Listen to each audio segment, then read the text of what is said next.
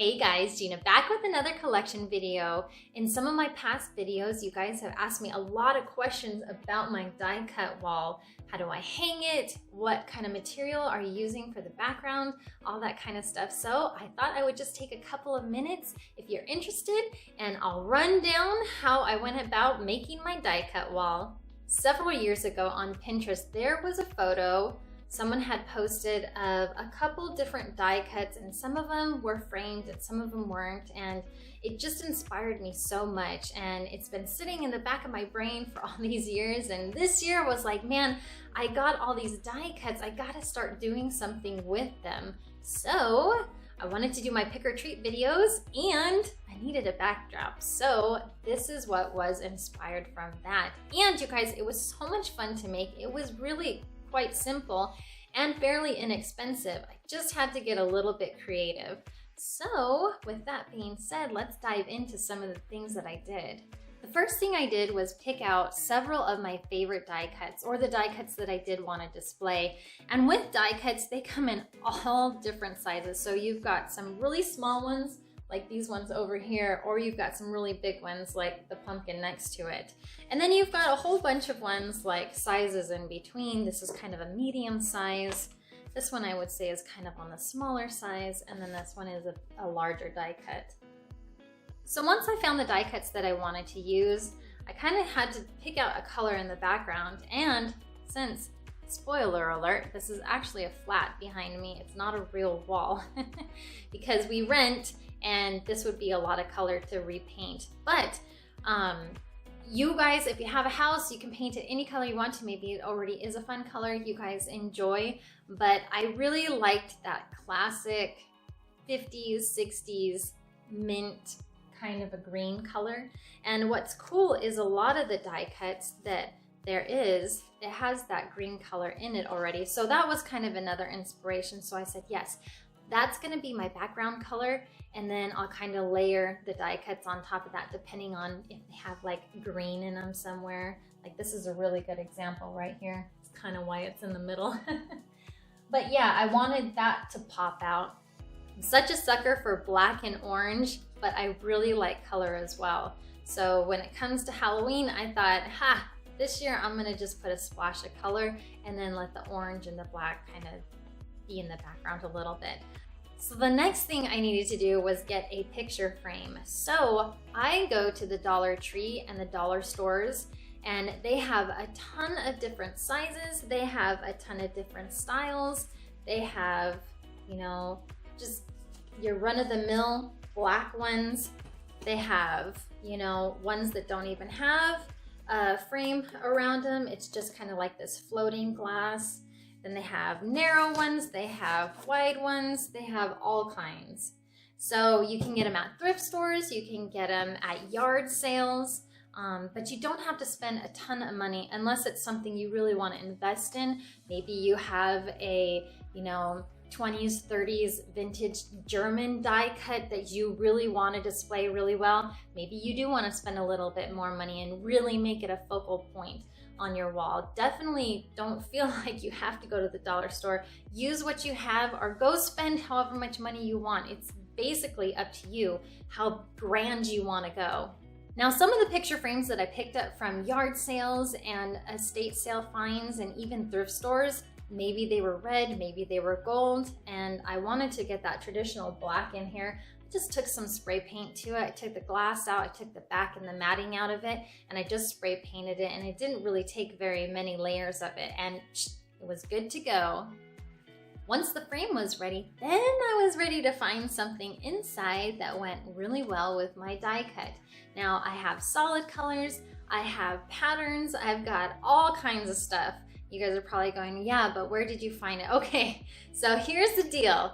When I first started doing this die cut wall, COVID happened, and I wasn't able to go to Joann's or the craft stores or anything, and I was kind of leery about ordering stuff online just because the color variation is different. So I had to get a little bit creative. Now, if you saw one of my earlier pick or treat videos where I got a huge lot of Halloween stuff, you may recognize this sweet little cow. I had no idea what she was at the time, but she turned out to be a vacuum cleaner cover, right from the old days. Anyway, so she had a long skirt that went to cover your vacuum, and she was black and white, and she had stripes and polka dots. Oh yeah, that would look really good as some fabric for the background of my die cut. So I went and I took some scissors and a seam ripper, and I took her skirt off because I wasn't going to use this for my vacuum cleaner. I was actually going to donate this, and then I was like, ooh, fabric, material, can totally use that. So now she's just kind of a little cow stuffed animal. So here is her skirt, and here's the bottom of it. You can see. And you can see the part that I used for my die cut wall.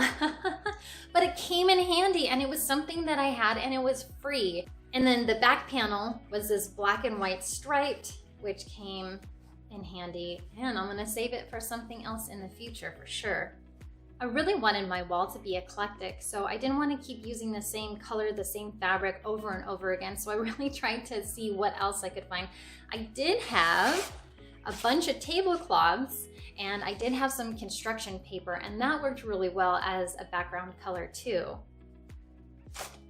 Then when the stores opened up, I was able to get a little bit more. Now I started my die cut wall very small, and I just kept adding to it and adding to it. And I really like the outcome. Don't feel like you have to start big if you're gonna make it. Just start small and then just keep puzzling them, and it'll turn out really awesome. So now that the stores are open, I was able to find some paper stock right here. This is just the thin paper that's loose, and you know, they have the Christmas and the party and all that kind of stuff. So this was part of their Halloween collection. Just some bats right there, some spider webs. Then I was really surprised when the Halloween stuff came out at the dollar store. They actually had a small box of fabric. Did any of you guys pick that up? But they had this, like, I say picnic table, I'm not really sure, but they also had it in orange.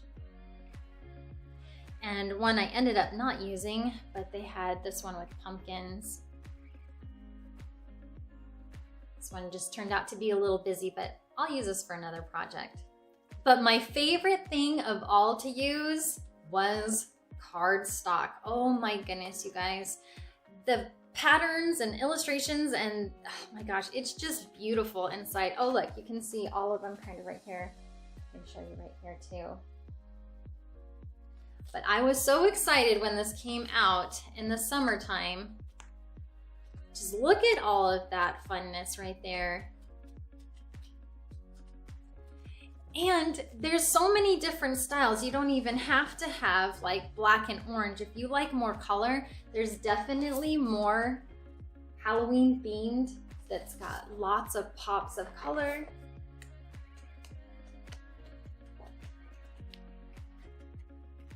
And what is so cool is if you really enjoy color, you know, you can always take your die cut and really go to town. Definitely pops out just like the eyeballs on the page. But maybe you like something a little more gothic, a little bit more Victorian. They also have cardstock for that.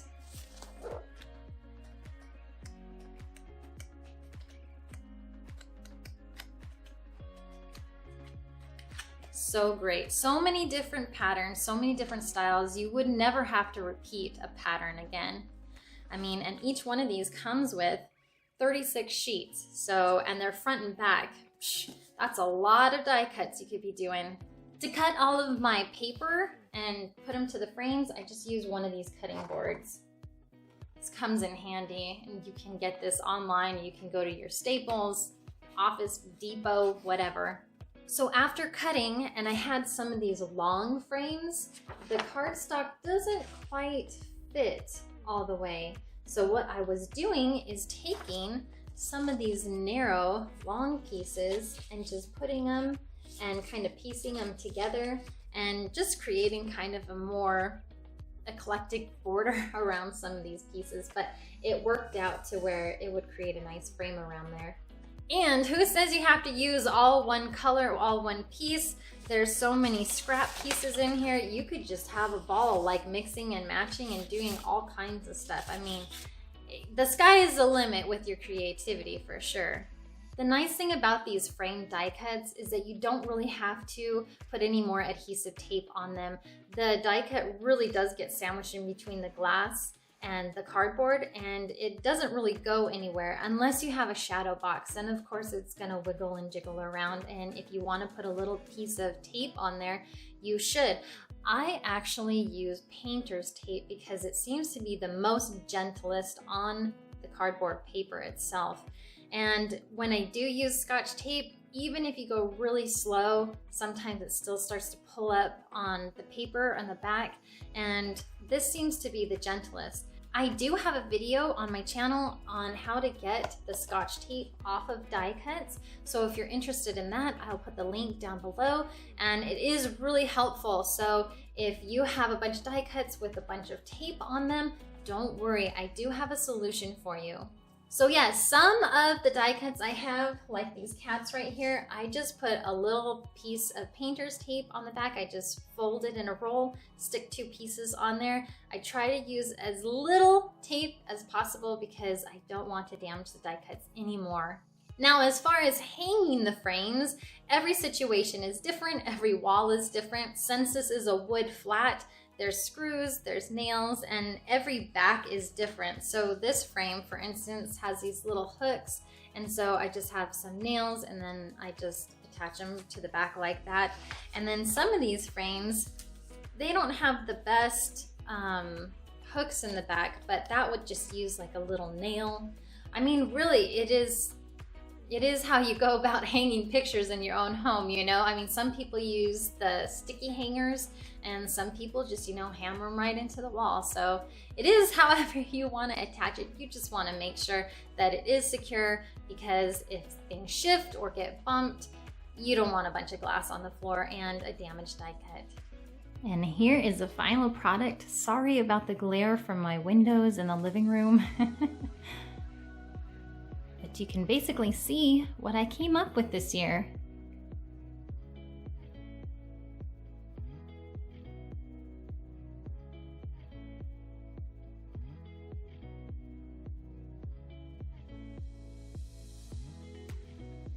So here's some fabric from the dollar store, and fabric from Joann's. There's the cow fabric. There's some scrapbook paper. And then just painter's tape. That's all that's on the back of that.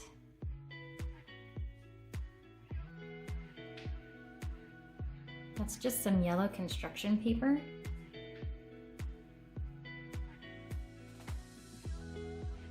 More of that Joann's fabric, but turned a different direction. And then more cow fabric.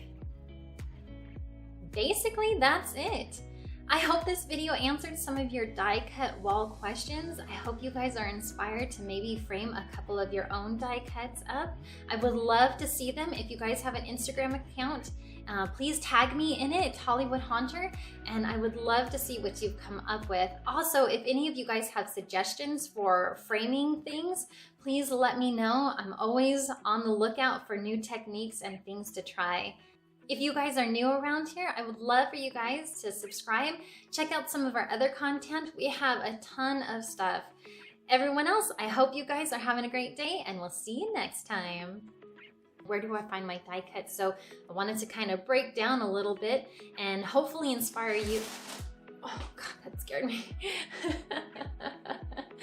Oh boy, bag of fabric.